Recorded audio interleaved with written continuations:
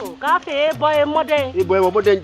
The pack pana, but come on, I'm more low. Not you all. Oh.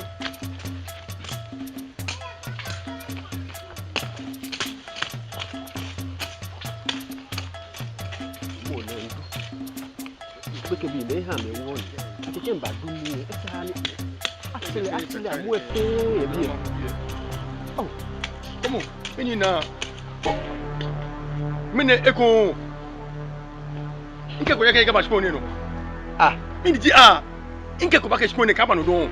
Shi mi yo ni shikone no. Si ton di ke mi ke bo fa ke ha. O ke na mo fa ke ha. Alo ko be fa ke ha. Mini jo ke mi fa ke ha. O to wa yi. Ni bo o to na nu ni. Eh. Mini he gbo yo, akaba ke ba ha mi wo ni aken ka ba shikone no. Bi ana ata ite o fake o. Ku eje. Shi enyi ma oboshi ake ka ba shikone no. Ata ite o fake o, ata ite. O lo ame, nye ba ni hu no. Inke ko yake ba shikone no don. Ata ite o fake o. Kaka ma ke mi fe no ko. O ko nga nya fake o ya mane. No ko, ke nto na gbo shikone ya ba gbo shikone. Anagbo. Ko gbo, ko bo ko wa. Ko wa gbo. Sile ni. I don't know you all. Sile. Dibo mini hegbe, amini he wa lo yo no ba ke mi ake, nda igbe ni ba shikone. Si pon dike mi ke wa ke ha. O ke na ma ke ha. Na mo jo nupa. Bo ke mi ake, nka ba shikone no. Inke ka ba shikone no don, mi jo nupa. Shikone mi. Salima ye ni no. Mini ji nyeba ni fi o. Nye nso enwe mi ye. Da bi shikone bo ko metu afo ha.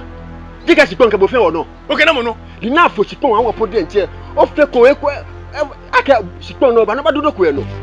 No boy wo mo dem ba du ni ye shikone no. O ke mi ka hwe ngba mi ka hwe ngba mi fla ka hwe ngba mi yo kwe de tun ani ole noko nye fio na anaye nye fio na je nko nyi mfa munna ke mfe nko pe aka ayata itele e ke ngada na me ani shiajo kani bi afine ko fe keke ebu shikone na ke hawo mini o ba du shikone ka yu nko mi wo ka ka me da kula nye to na shikone sile ha mini o ba du shikone no e ba du ni shikone o ta ni o ke wale abaye no bi nye nso ngbe mi ye ka ni ko tie bai nye nso ngbe mi ka ni ko tie bai mi no wa nyo fe mi mo mi fecho ya ni fatala ka nko tu ni e ifo ya da premier ba nye mami kwele amebo amebo mi ma na mo si mi na sai ti ba fi e mi na sai ti ba fi e mi le fe e o le noko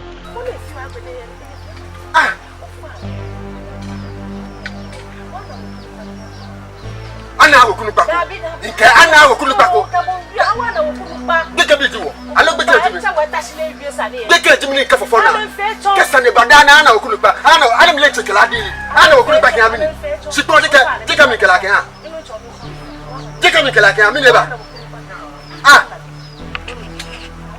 we asumoni yo wo no wie inu yemi ngo amu chele ya fe mo ya ba fe ku ka wo ba na we ku ba ya sani ha wo no fia no dika onu pa jiwo no fia no sana na wo kunu pa da no fia sane ba sana ke wo kunu pa da na ka sumo mi le wo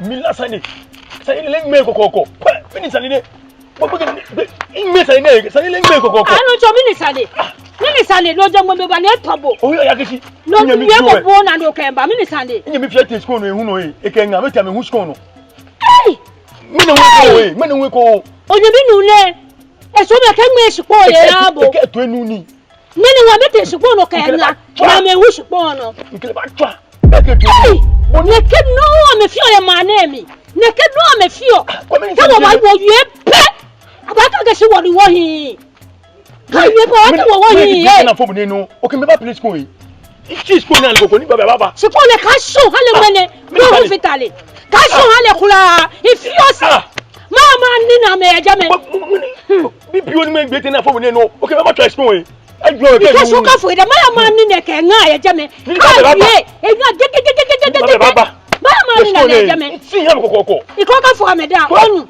Man nina le jame na meche. No ni ko afia me. Ame hie palo. Bo sini olupa ko. Dani gbeke ko. Ni ka bote mi important che. Bo olupa bo ba ko ni ka osumo. No ba ha le ko. Ka yo tui kra na ka osumo no ba ha le ko. Na ka no ka yo tui. Ke ba choye. Ewe be gbe. Ne ka bo ba. Ya coffee. Ka ha le ko. Ka ha le. Ka boyina. Coffee. Zumbo. Zumbo. Zumbo. Zumbo. Zumbo. Ago. Ebi ago. Nyami. Bongo ba. Nyami to yote. Kenya he wale denche. Onyo wa mi minisande. Nyami. Neba. Minisande ke gwe mo ne. Nye feye manemi. Na ke. Wo nke wu wo pe ni wo hin ye manemi. Isumo na kan. Shikpo mini nyete nya feye no. Oh, we won oba fe shikpo sa no ba wa wie. Ah, shikpo meje mokome no. Owu ke nwu enyami menji ame. No wo fe wo yo ni no ke wo ka ya no. Minisande owu. Shikpo nya ka ya no. Shikpo iwule na gbo la shikpo ahale. Wo nya feye gbe ni nya ba ya no. Nyami afre no owu ole be ba no. E wo mi ni wo ye. Shikpo ne no wo fe wo hu, wo dun oni no wo ye ofi. E wo ka ya no, wo mi ni wo ye. Ike shikpo nya ka ya no. No ni nya feye ma na mi esu. Oh, da yo sa ne ngo. Ike no ni nya feye ma na mi esu mo. Nyami afre. Ike shikpo nya ka ya. Wo ba ya nmele, wo ba ya wo. Mu pani tutu, na mu pani nua. Shikpo nya ka ya. Agone na ko ke ba. Ike nya ka ya no. O fa ne, shibie no ya. Bo mi kebo. Ke ja mu ne se.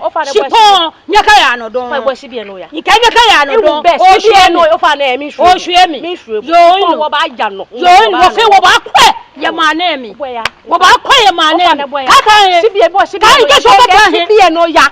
Ka ka ye kula. Boya. Ike so ka tan ye. Ya mba fe ni ya. Shikpo wo ba shikpo sa ni wo ba bi ene. O fa ne ya.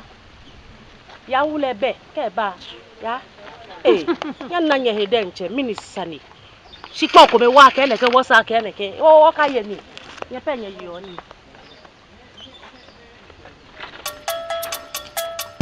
ya anye ni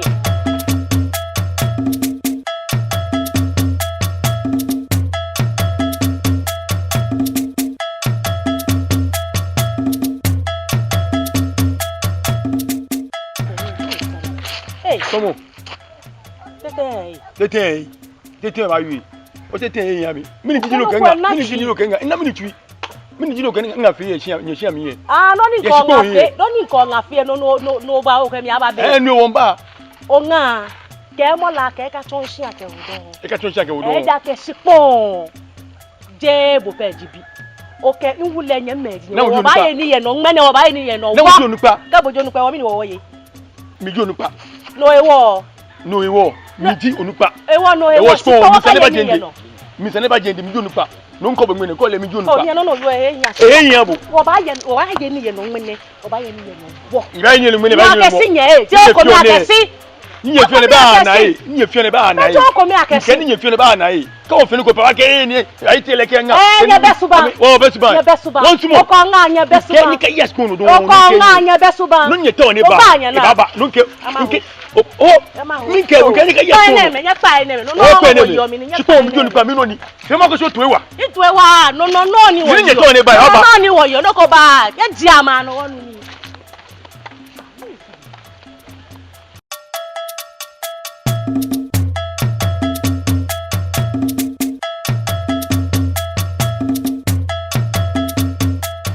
Ataite Kafi. Ndi eba inyele efonko. Ake ni onyam bibi ojimie. Ichimbe nkebo ni nkebo anawie mo. Ake ni gamebu abake. Beke nye ewo onupa nga. Onupa ni jibu ebu yegbeko no obanye owo minga. Nye mi onupa aji. Ni bi ni ya no ye akucho ne. Bidenche efe mi ngbele. Wo neke, wo se neke. Gane nke bombe. Wose asana dumoshi na jali efemi na agbake ngbele wonke ake ni gbeke jimi iju so nupa jomo ake machima benke ni nkebo ana wiemo ni wo meno ni ya no ni wo fio ni medumo shi na akwo ni fiji ni ashwe mo awo ni wo fe wo fo no ni wo hinhia ke ni mime enyozi wo kai ma ke wo pe ehwe mene ona ko nyumu nupa jimi mene ona ko nyumu nupa jimi beje ni jibo ko la ko nyumu nupa jimi be chia mi mo ka memo ya mo ke maka bi no chia mi no ngme ya mi mo isi bosi ni abo na kan ko boy be no wi ole na ka si bode nche ole ake ke si abo bi ni nke nya ke bi aye bode nche ole ake no ji no ni wo ke ko wo bi ni ka me aye no le nko eje ni mi jo nupa no gbo pepe sa no chia ma ke onyimi nupa wo ka wonde be semie na ni ma fi so ka bin play to mono ko ni o banyi no ke mi play o nyo ke mi play wona ke me to ajin me ben choba o ba wo ke mi akesi ngme no fi ano yi ni ngini ye ngme ni mi meji wo no tim ben ke bu inye ni ekole mashinya abo keke ni nke bu wo kan ni ne hani mi nke bu te fite alo nye mi me ni ji wo wo mo wo yi nke bu te fite ku cash pon le sani ele nke bu pa gbe ye kaide o mi ni ji ni nye mi jibo nye mi fi ojibo no nye mi fi ojibo ni tim ben ke bu ake no ni ya no ni nke bu be mo wo ne ke wo se ne ke ni ti ben ke bu ni ke wo fo no still le oyin mi olololo no nke bu ke supon go fa gbe le no le ko sian mi le nyemi jibu ke o sukun ko bi le nke bu nyemi o no nke bu no nke bu ke o sian mi le nyemi jibu ke supon lo ke ba play le supon le sian bu no nko bu ta flat ni go ba supon le no o ke supon ba ta flat je wo chata de si do si ni ha wo ku su si no ta ke onye son compionne bo o ba no egbosi ni re ngani ne to yi ona no bo yu no ba no ko ni ata yi ngani to ona ni ba mi inna time ahabo ni bi ni bo ne to nu mi sisi no ni yo jobo mi no yo jobo mi pon na be ya bo fi bi no na be ya mi e ja ke no ba ni yumo no yu san ko ma gobo esen no isi oba no si ambe ko isi oba no mbe si eko kabi ata ite no mi no fi o gbosi ni e ko gbo ka ya ba nu oba wo ke no ko ba wo ku wo ya eku wo ke no ko ya wo ke no ko ba pe o yu sani o bo sani e fi wo ke no ko ba no pili o sipo ye sian mi o na ke no ko ya ko sipo han mi e ja ko ka ke no ko ya je na ko wi isi sipo abuni ya fu asala isi sipo abuni ke nya ke bi wa fu asala na abuni yo le ele ake enu cho se bi o na o yu so nyo fi ake no ko ba sian mi isi yan abo isi yan abo bi de chepo de nche esami aka nche ko nke esami ene wo babie no e wo babie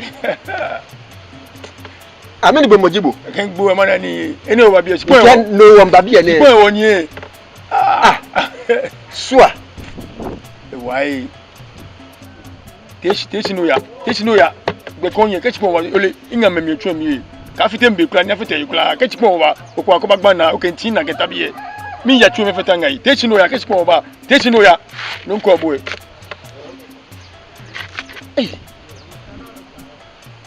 no be no ni yu ojomo be no teshi ni ya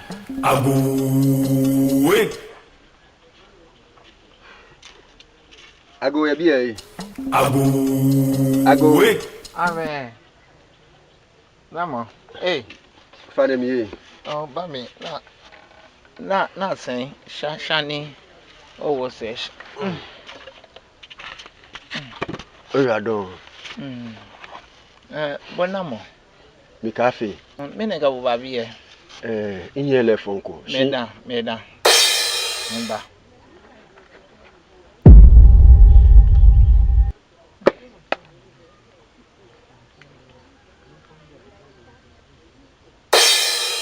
no o na mi ojogba mi no mba mi cafe mi tashin oh boni ni jo shani ya mo be ni to yen inye le fonko mba mo ko tan oh Hello. Yeah, oh, yo, Papa. Oh, itwi wait. Wait to try me kura. Me never.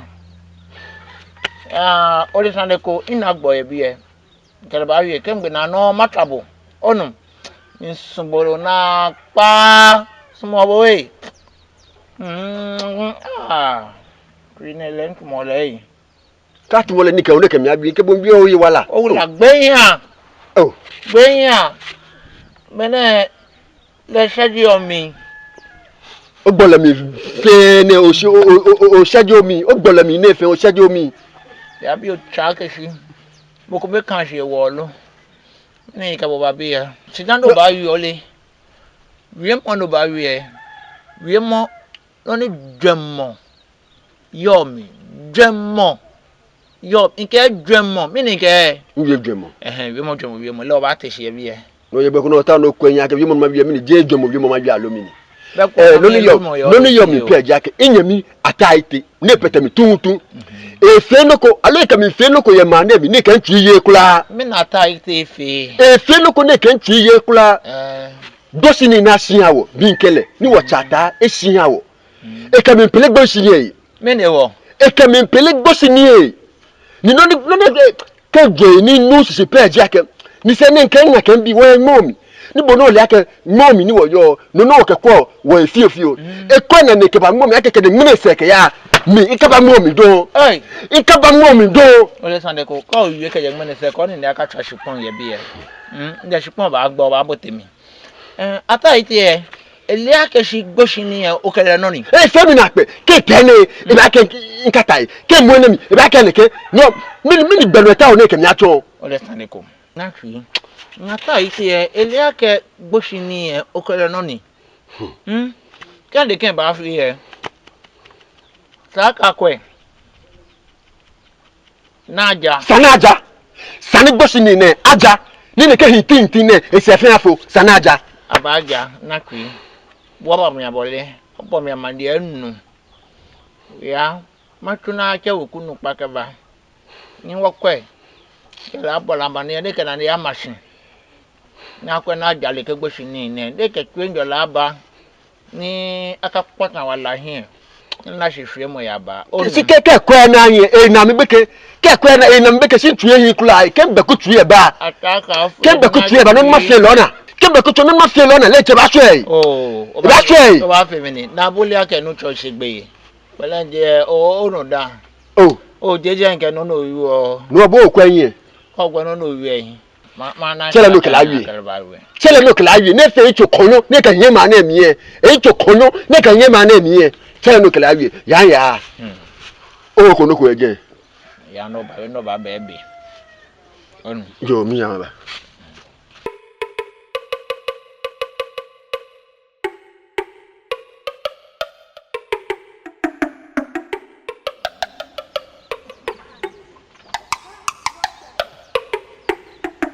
Ago. Ame mama vo. Mo boy to no. Awo, weku. Wo ba seshi. Weku na se shasha no wo seshi. Weku. Oh. Weku. Mo. Weku. O je fen. Olugba. O chama gutu nege. Oh, weku. No mi yen o ba ne e. Sande ko e. Ame ko memo. Oh. Ni weku bi ane no ne. No ni machine nhwane ni ni. Bole ake moko be shin agbe te na nye ngome maya. De shin aton oba. Die ko keba. Iye hu ni maye nwo ha bu da bi. Na kan. Mene nhwane ni. Weku. Je sande ko wo imponi ne nchebo. Shi sande ni. Sande ji ake. Ni biye. Ni nomo cafe ata cafe babie eke sande ko ba fon yan ke gboshi ni eni amecheshi ha me enyemi ata ite epene kele he pelemo be ewo edwensane ya we nu hihyin no ewo ebababo mi amane ni kwe ni kata ite ahwe ewo na ewie tanke ata ite ya hunto wa de nche echakata ite yo ne edemasha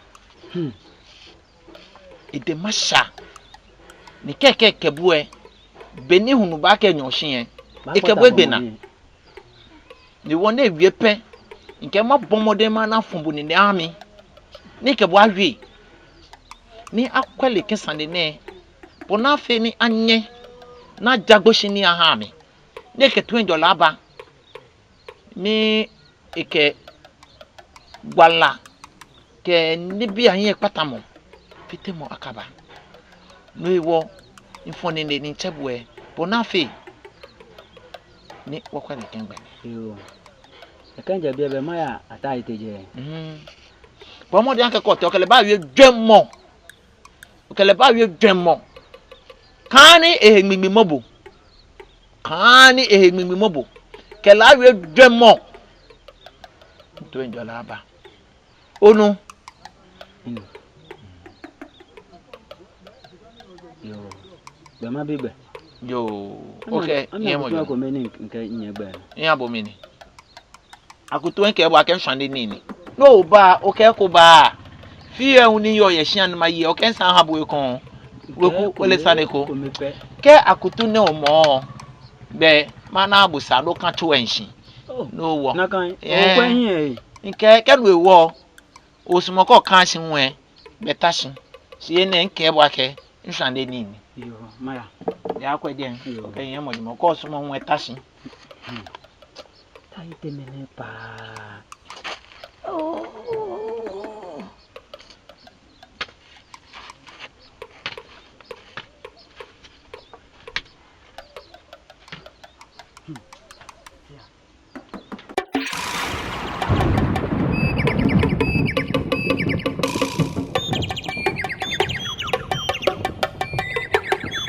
Ago.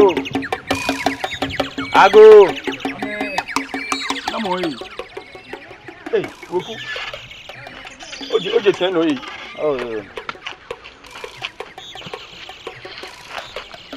Ama bunumo. Efa. Nakai. Efa. Be ye bi no ko apu o bonye. Nye onyaminu ye hia no ne kefa ne ko ba fon yi. Nke be sama ko no ma man na. Mini sani neke. Ke shipon ni ne ko papa shi hanye. O ke ka chon shipon no ke hodun. Leke o ken ka cho. Inke ka cho shipon no ke ho. Leke. Ni nke lenu mo jo nipa. Bo. Mimi o igbe yo. Ne ke mba pele shipon yi. Shipon ashi hanye fe. Onyo chi na ke shi ka shipon. O shipon ke hien babaja. Okundupa. Shipon aja ngmene aja wo shipon mi mako eja ke mi ji onupa shipon nke abaje hanye okay shipon nke abaje hanye okay mini kena kan shipon le babaja aja ngmene aja wo na kan ke buwe aja ngmene shipon mi no ni mako ke ene wo babie ne okundupa nke bo be isumo nke bo na ne mi felu ko atwa ke ne wo be techi ke ne wo be techi ma wo ntema ya o shemi aya nke bo be tani ke ene wo babie ya so ma ya okundupa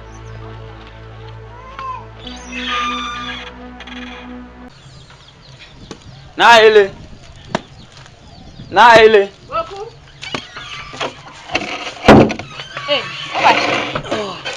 Ashe ni te ya na le o ataite nke ewu ataite ma san de mindon njo ko ewa ataite bu mo o la ke ni tie ataite ti achi se no ni gbeshi okay amini o ataite akimi ese no gbeshi ataite ke mi we basa ataite tibo ese no gbeshi chimi ese no ni gbeshi na ataite ne cry ke mi na feel lebo ne ite pane ati le ese no yi ataite meke ko o he ka wa me sani mi nke ewo mi don ke na sani e ke ye hin mi wo te ko le efe japade ne po gbete ni nyeme ebi nyenye mo nye bi oye ko he ka o mi shi ame nke ewo mi don bi amehin bo ni ye je han ma wo ba ha ewo amesande ne le nke wo mi don ka amena amesande ame ka ya me hin Woku nupa. Woku. yes adagu Oh, woku nupa to yo te. modo mo yoruba O pa mi ojuba. oh modo No mi embo mo fi o yi. o mi je bo bi anu nje kon kan ya flo no ko ya ndi na no sala Nakai. Kamba bi ene je fon bo de jo le sani mi ya no ye woku ene. Ya ta ite ke ene ni. Ene wo ba bi ene. O mi mama ka bo fa no ko no o sani bi. Eni ni bi e se ni bi mfite. Dibo no wo yo akebo ba nyo sa ha wo. O mi pa bo fa. O ba bi ene. yo ola ka ni se na ni o baba bo mi san na kon na ne ton ta ite shiam ka ite te yo ite chimi egbesin No mu e. Si bo chimi egbesin bo plako. oh flashing no mi bi anele nklock fun won ye he wale Oh, mi be sane po ne. Mi sane po fi o, mi po ne. Le wa no mo mi pa bo fa. Te wo fi o te. mi fe ni akene kenya shupon san ne kan na buwo mi don Ko wi mo ko be. kan na buwo mi aja ke shi ite bu mi kan mi yu ite kan ke mi yu ite kan ke ba ite nchile mi wa ite bu mi onye shupon san ne le kan na buwo mi nye ka anya hin ata ite ko etu penji mi Dabi. ko etu penji mi Dabi. gbele ni na shien no wo mi fe ni aka shin gbele ni na shien nke na buwo mi don aka ta ite ebu mi ata ite ebu mi o gbe bo shi na shien nke na buwo mi don Wo fa ne, ko wi mo ko be. Woku o fa ne e mo na ja. Woku ko wi mo ko be. O fa ne wi mo awo ne ko me fe mo aba. Mi pa bo fa e ja ke ba fe gbele. Bo woku o won pa bo fa e onu. Ne ko me fe mo aba. Ye mi afa nyami. Mi pa bo fa e bo no wo yo sa ne won pa bo fa e ja bo ba sa. ata ite sumo na ebu mi mi to nupa ni yo mo na mi ata ite sumo na ebu mi kanoko ba ni yu ata ite kan ke mba ni yu ata ite kan ata ite ebu mi e won ke san ni le nye don nye ke nye san nye shpon san ya anya hin Mo mi pa bo fa e. Mo ko be ni ba ye sa ne na hawo. No anjo fe mba ni na bo ne. Mi pa bo fa e. yo ko wi na kan inu O ra don. No mo e. Tu ma jo bo e. yo Yo be mi bi gbe e. o fa ni yo O mo e.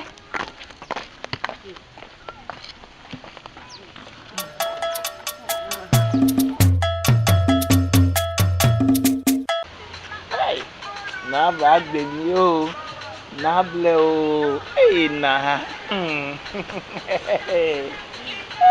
Na. Na.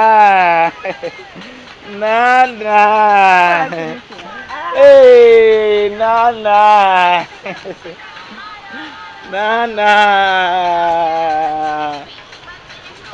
Nana. Na wa baby. Na. Na omi wa. Na wa baby. kana ka ke We double. Ya no amachi ya na gbebodogo. Ole ake yo he ngomo yo. Na wa baby. Na. Adi, na ti. Na. Ni owo le ke yi ne. Wọ́n se ko gbo e. Ni o ba se obi. Amede echa me apele amegbele. Na o agbe mi. Mi di eche nchu, e wo manya ma ye. Ame o ke sha me no, ame atu na me ye. Da. Ai, na plan ye. Na. Okay. Na bueno ba gbe o. Na. Ìwọ ne ke no fi o ne wọ́n se ko gbo lo kan se me tu nya to ba nme. Age ba mo che, o cha sa. Ni mo gbonyo. Age ba mo cha Ni mo sa. gbonyo. Bobla, se ne me ke bo se eko. Ya bi o cha ke si, mi ni efe. O che, e to mi egbo si ni. Nche e machu. O ni ke nga kam. O che tun e ama ambo ni. Bó ṣì ni ìwọ mi ń bà ká mi gbọ́dọ̀ ní bó fi ọ̀hán Oblanu ko ho no ye wo lo. O la je bi. ọbẹ̀ síbà ní mo gbóyàn jìbò bá kọ́ bá ní ọba bá. Ẹ á ṣọ́ ẹ. We, sibe no ya. Ah. Meneke bo sheko, o shika keke yo. Mo gbonyo. Ena me fe. Na. Yo, nini moja ya bia ho shade ne. Nke mi kwando kwene kegbe. Mfe ya keke njeje me ma choje. Oh. Yo. Mini ji la sande ko le maya iko no be na ba twangaji. Eno mo mi ke ya. Beke bia sande no. Nita ni wotashi wotobi. Ake ngmene ke julo shomani. Ni wotashi na ywe na shushu anofi ano no. Wele no ni ba wele no ni baba. Yo. No do wi la kan ni. Shibom o chi na me fe ye heko ya. Shi ngmene o chi ye. Bomoden no ane shamede ake. Ukuwe fe ke amenpe. Lewo abe bomoden. Ni ambaje. Mene ochi bedie ten. No mi e munu he enyoshi. Eke wokpe, eke wona bone wo ba fi libia ha. Boy moden. Oh, ma fe ya o. Ke mo amaka wa me. Ke mo amaka me kana me se gblashe jakela ka mene ochi ye. Ke gbe ni jana no ye heko ya. Ono. Yo iwo be eno ya bomoden akeshi oba shejame. Ni me no che ni bomoden ake. Baba pe. Yo. Yo hai. Wa. Bushini. Ma ba mi keje na kan ele. E ma no wo fe. What are you supposed to know? Bushini on the jeje he ko akeya. Akeya eko. Dane ano ye. Baba. Yo. Ago ye biene. Amen.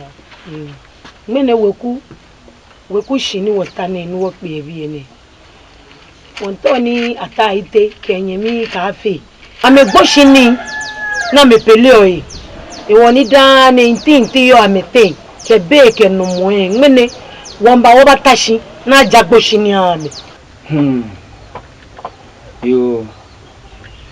Nka gboshini ne woni watabi ya. O gboshini ne sanu wokwe. Koni nyame enyo waja gboshini e han mi. Koni tin ko alo na gbagbe ka ba kan shi. Mo fi amo eko enu mene eko enu koni tu enjole ba mi te ni won wona tu enjole. Lakan. Benu oku eye weke lakan pepepe. Ewo boshini ye dia no sa ke aja. Leke tu enjole aba. Eja ke keje nye gbeke bi ashin ni nye gbo na ka ba aja ni ye. Ni aha mo fe mo no ake o aja ni me na me gbeke bi ni ka aja wase mo we ni e ba fite nyekwa bia ne na no e ba ma ogugo na akpololo ne ewo ke mboko jemi no na tole e sa ke gbeke bi e akwa mi yabo na ja ha me nyonglo tane amedla ja ke ka me da na ba na ke o ene mi no ke je gbeke bi ashin ele ake no ene nyami ne no ke je gbeke bi ashin ele ake no fenoni abaka aja keke wose etutu fatumo ba gbe nya no wakwa no jale boni sake ajale ndeke tu enjole aba onipa be nye wie ngon na juba ejake ikashi ni me neke be ne ngon na ake ache neke pe ne ke ha nin ni ji gboshini na shin awo na aja no ngon na ake gboshini aba na baja ifise ake aja awo ni ke hintin ke bemo ne fense afo ke to monitor sine no ni na kan bemo fense afo. Yo. Ane she dia shi. E sumo ni gboshini e aja han melo. Ata ite. Mene ofonda ata ite ofenfa. Aja mini gbosi nye yo ye. Aja nuku. Nkele be nuku ja. Nondo cheshia. Nkele be nuku ja. Aja nuku. Okere be nuku ja. Abaja. Aja. Okere na be nuku ja. Nke gbosi ni abaja nuku. Ole no ni yo ichom. Ole no ni yo ichom. Abaja. Nke abaja. Ole no dumo. No aja. Nke abaja. Abaja. Nke aja no ko me aja. Mi cash abaja sport. Sipon aja. Olu pa fa ko aja no ko. Ika abaja.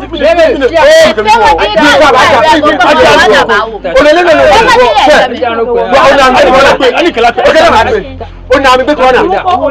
Ole no fi o. Ole no fi o. Oblanu ka fe. Jeno mi so fi e tu e se. Wole. Olùgbà yìí kẹsẹ̀ la ṣe ní màá yẹn náà ṣe. Fún ajá àgbẹ̀nẹ̀ bọ̀ ní ìwòyí wọ́n mi fi èsì ẹ̀fẹ́. Na yu esa ni e. Ajá àgbẹ̀nẹ̀ wọ́n wọ́n ajá. Sani e to be. Mi he wale oyo. Mi ni wale mi. Dabi ni he wale bo oyo. Mi jo nu pa nke Mi he wale bo oyo. Wa kule pa o fa ni pa ya tu akọ. Mi he wale bo oyo. Aja mi he wale bo oyo. No se ma ni kala ko. Mi he wale bo oyo. Ke asi o se ya bobo kaja. Aja bobo kaja. Mi he wale bo oyo. We ole. Ye lugo ene wonye che obi e. Ene wonye che obi e. We lugo papa fe mo yi. Omo nye tiase ba wo. Kenes mu ni tias ni ya. Ni ba wo. Kenes mu ni tias ni ya. Mo ni tumo. Kenes mu Aba boy school ni mo ni tumo egene na school. okele. Ofe sele. Go nka fe sele. Ni ya. Onipa we nyina. Dan ni ru obe nyina.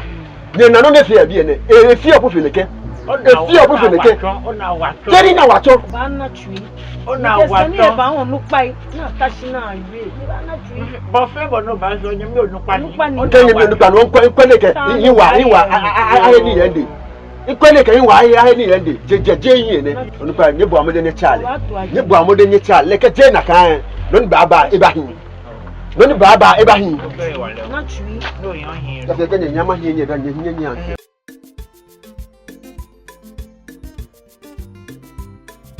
Mise o chemi ko ke mi yesa no kuchi.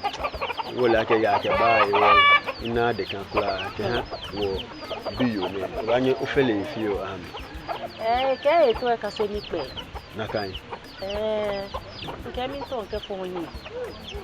Ibo no wa fi. No ehi. Okwe. Ucho na mi e. Ni pe ni e beto. Nke nye kasi e ba wale ni ikelu afi part time ke egbe school na we ba nye kasi ni o ke si an ife no ko e ikenche ponchi inu ncho ni ta bo fa e sipon sani le ni ya ni wie mo e gba na o ni nga ba no ni ke mi fi o ya ni twi nfa o mi pa bo fa e ba nye sisipo a me keke iye fatalo ncho ake jomo ebe me ko me chum no wie alo no ni bia na o ke me wie ehi subode ncho le ake ne ke sipon na ahia wo ne ejibo sini ni ahia wo inno he ni fu ya akabacha ni sumo ne ba ajede mo fia mo ye no mi de nche nle no ne he wo ni e tawo ne yeke ba no mi ni bodin chole yake no sipon ni oje no wo du oni ye no ni wo ke cho konche ile nga ba jini blente bi ne no ba be mbogo amanye agbene fe kulacho nye no ne ba fe bi ne nye kwese ba bi ko nye ba bi ahunto nye gbla nye ma sipon le kenke machine ale be ache mi cafe nye machine kan small ale kayo tu ba fe igbo sini na asinyami esa ni magmen ale no ni asinyami ni ma kan ye mi ni no esa ni magmen ale kayo tu ye ni ke sipon ne isi ale ni bi mo wi o wi en ma no cho ko wi en ma tabi ni bi mo ke mi wi o isi sipon ale ya mi ni gbe no bona me wi o ye ma no bona wi o no bono ni me wi tu no na ba fe ye si ane enga ti pe o wi esin kenke ba ke magmen sani ne ya lo sipon magmen ye be ila kabo nje magmen ni me ye no ko ye no jugba ebe no ko ne ba fe no ncho ke ebe ye mi be ifile ke ebe ye mi be ifile mi se aje te cheje ma ba mo ni o ke no ko amala mi ba onu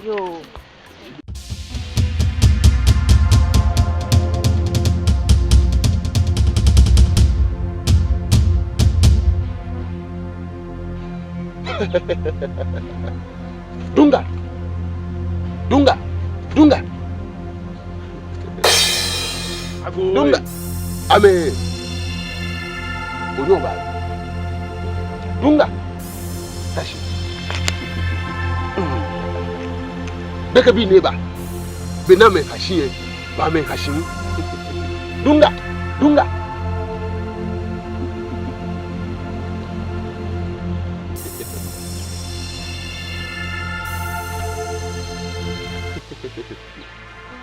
Obran. Dunga. Mini ka bobabiye. Dunga.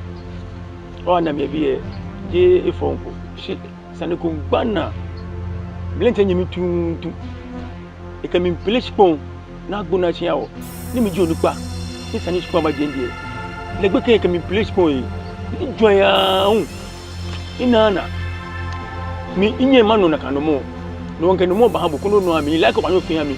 Nkoye nkoye mpe muku bono di bono banya wami womba no wami koni shikon abajendi Dunga. Dunga. Dunga. Dunga. Beka bi na meba. Bi na men hashiye. Ba men hashimu. Dunga. Osane no ke ba fene. Dunga fene. Dunga. Dunga. Dunga. Beka bi na meba. Bi na men hashiye. Ba men hashimu. Osane no ke ba biye. No ni yo min dia ke biye. Moko kesane ba biye. Ne ke na kasane ba ku se ba ye ku. Dunga. Mawabu. Dunga. Dunga. Dunga. Dunga. Dunga. Dunga.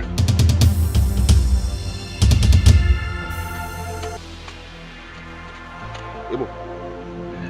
Emo. Dunga. Wotwe. Ona ni nani nke habune. No ta wo fe du mene no. Dunga. Shashi poni onyemi e kabopeli o hie. Ke o shedeme. Ta o mwe ku shipono. No charge. Ke o charge ta. Ni no yire. Ke o shipono. Dunga. Koke o shipono. Onyemi e ne nche ba na no ni ba ba ero. Ni bon o ba ye o ngase. Ngbe na se ba ni no ya. Dunga. Dunga. Shikai mo akeshi. No ya ne ke ehian bo pe.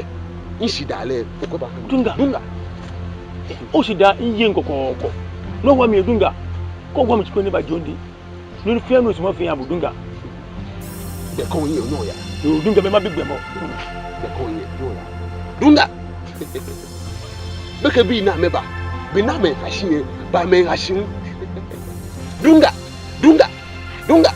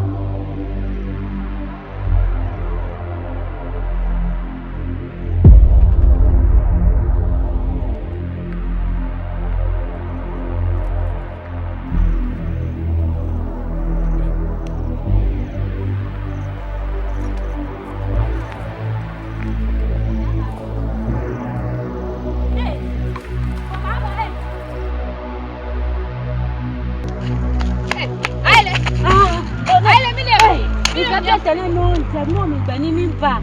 Iya kwa ko na na mo kasi to mo ka fe e be ni yakwa ebe e ka ngo mi gbono egbo ne. E wo be ho nwo ka fu ni yakwa ngada fu ne. E wo mi ya maba. Be ya nga o. Ma ke wo fu we.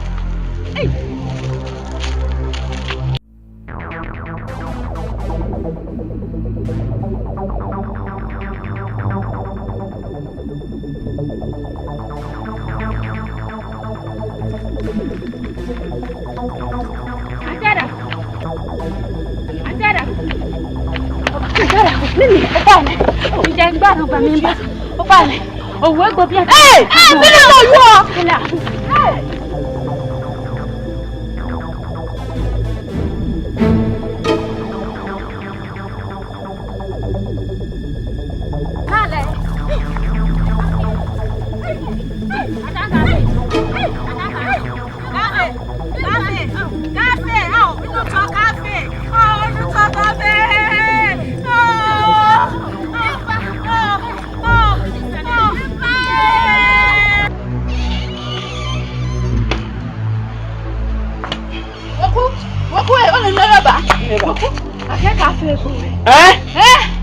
No nkai le pe. E to fe ke me ke ka fe egbo. Mini fele. Le. Mini sa be. Ole sande ko. Dabi. Maya ni jaseje. Kuni ma bosh bi ni wo ba je mi. Mi a ba.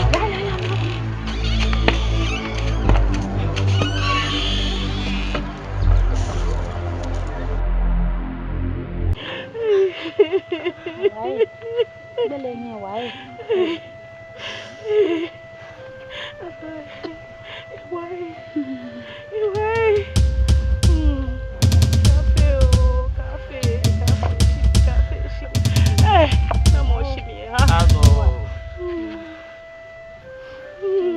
Ago.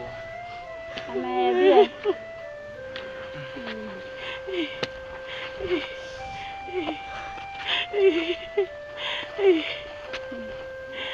Oh. Anye.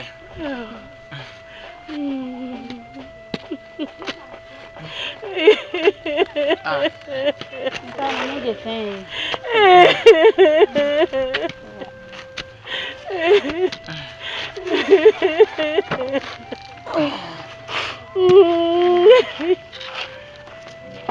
Oh.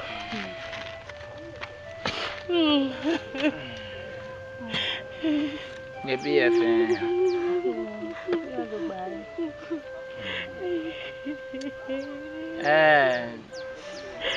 maybe ne way ni wonu sandeko ene won ya chewo kunupa ni eba wan ma wo ba bia ke no ni wonu e la kan ni lo yo ka nye ba na wo ye bie be no yo ba Yo, okume. Ene nye ke na kan no. La mi hunye nje mo mi ngbenke mi ba ma mi.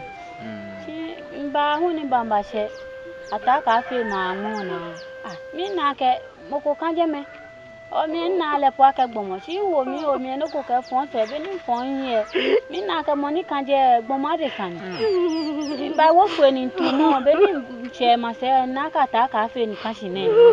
Ba bi tin le che mo ka wo so mo be ni tu aka be din egbo. Ni ka ba wo fu na kan no ni ka ba bo enga manie ni wo ka wo fu ni wo te be ni ke be na kan ni. O ka nye nya nu he nye gbe ka ke no ne ba ni be no mi no wo hien nye ka ba che bi ni. Egbo. Weko. No ni di ne kuma bia ke aka ike e ba bie ata ite sando ayu ne enyame choko bia ke hoko yi Ata ite ba ko bie. choko bia ke hoko ka janyele bi ni happy hu akale te ya wonu o mi fe je chele choko bia ke hoko o ka ata ite ba ko bie choko bia ke hoko Onyami egbo e o ba ko bie. Weko e ba nye bala ke no ko yi kimo Yo, Brianne, te afraid that I can't bear no. Yeah, back any baba man, yeah. Wokume come banatu na kela we akele ya wonu. O ba mone be nyemi aiti eno ngba pa ke baba poni ba binoko. E chonko bia ke ho ko obe. Okulanfo no hiwale. Si oshipi. Nta o ma bi ankashi. Ametu a cheni aiti e. A we to na kana ni na. Nyemi le ne lo. Beku. Kema kebo na kan ya no kwale bole nche oche mposu no. Oche mi oshipi. Me lemeni ha mo oshipi. Just say den choke yuwo. Minji numbo boeto ndowe. Ka che mi shipi don. Be tani ni ba. Wo fen wa hande ni. Wo ba wa kwe. Ngo chobe ni wo pe. Ni akogbe yan lo so kaboni abafe ni ayata wole wo he iwo wa kwe ngo fe na kan no beno ni yo ke gi ake wo bi ehimo ke ya wo ba bo modin ake wo ba che aite no se wo ba wonye tuwe ni no fia no e oh I want bigger.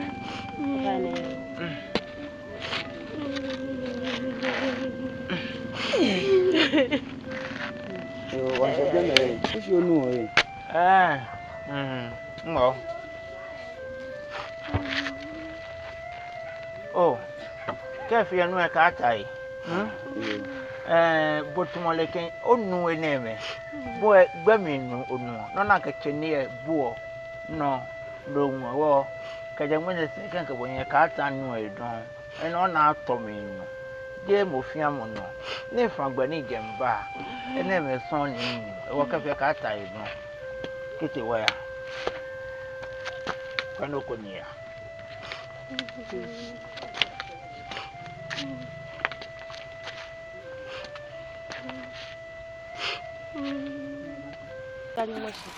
Ni adama mi ta ho akro shi to mo tempo pepe to. No ba nyo hiyo hami. Kombo adaku. Oh, ayolele. Ogugbe che ko nenu o to nu goglo. O ke nu pete shi. Hey! Oh. Mo no ka di mo chele mi ni ba ye fian bu. Ko bi ne chemfe cha. Blade kekepo papa blade jampo ka o ya ekwe ko mo no ya e ne ke chenche o wule ke ba dumu sie bi ne o ka o tu o no wi one na papa na no ba na ni mbu e no mo ko nga dumu chi ona gugo na okran fo dumu chi o ajwe lele eh o nyele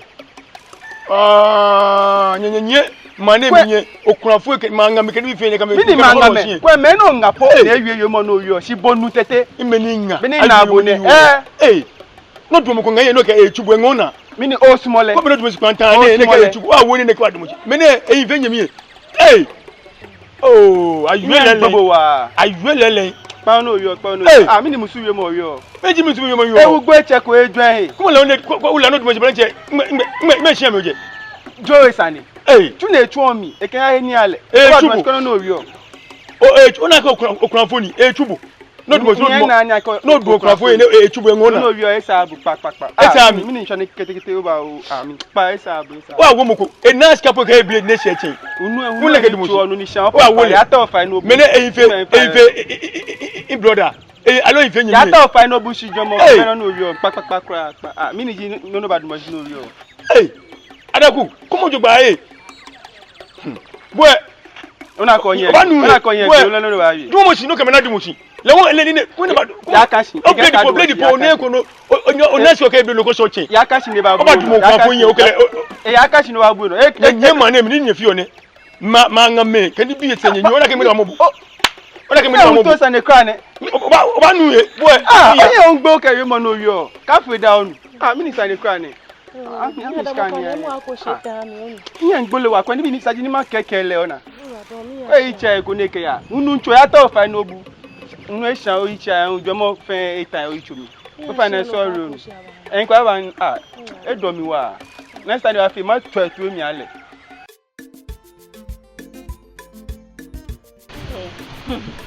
Ata ite. O oblanye ya famduadie. Ma fanchi. Mena fi upe. O pẹ̀lú egba na yi. Ike si ma le kutuku enyo. Na we hi opiye. Ona ke nu tumo na eju o. Sani duadie na pi. Afini duadie enya fi papa. Enimo nya no dupa yo. Na pa ko na gbede ni mo bonne mo. Kiki o pe fi o. Bo ko ma ne ko yo nya ni eje ko ni. Bo ke to na wo ale. Afini duadie wa yi. Duadie wa lele jenkele yuwe shi. Eke amu na me na fa. Ama me pe lo ko me ni jo ka so be na me ba me ke ha me. Ani na wo. Kala bi ke bala ke shi. Ke fi e ko ba ke ba wa ni ko. Ya ke le no ni yo ambo na twi. Le bi no ke ba yo am mo nsi ale. Mo fa ba ja. Yo inu. Ata ite.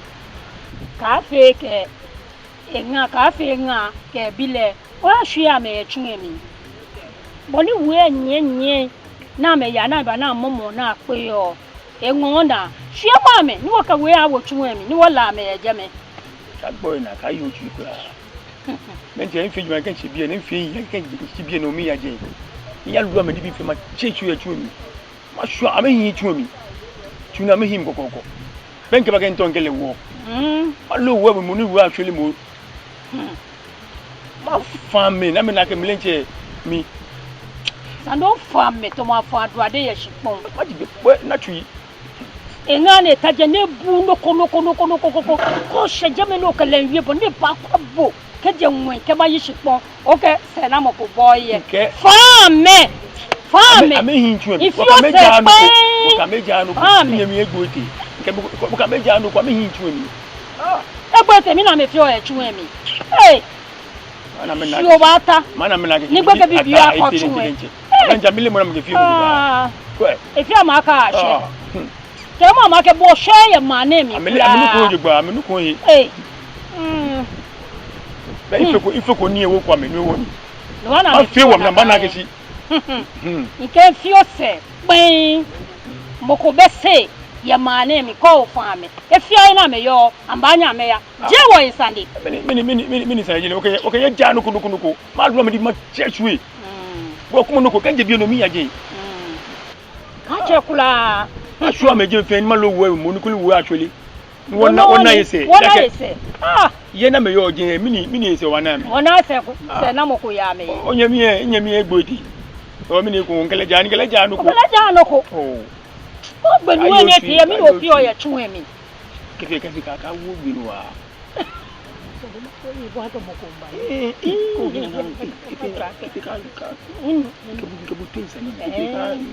kan je bi lo ma je me bo mo den wa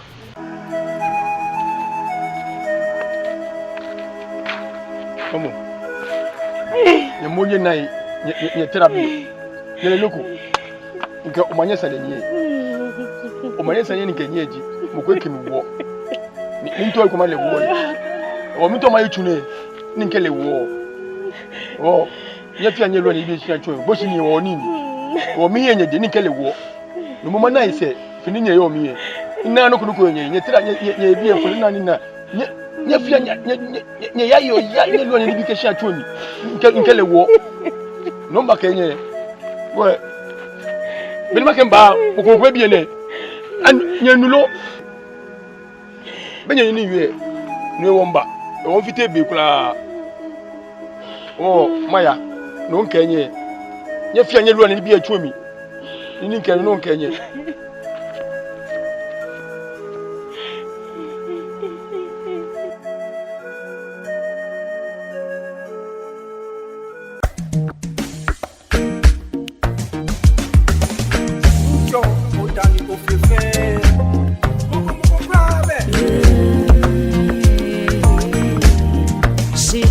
Yowa yedale sane yeli wo Shida ma yedale sane yeli wo Shida yowa yedale sane yeli wo Shida ma yedale sane yeli wo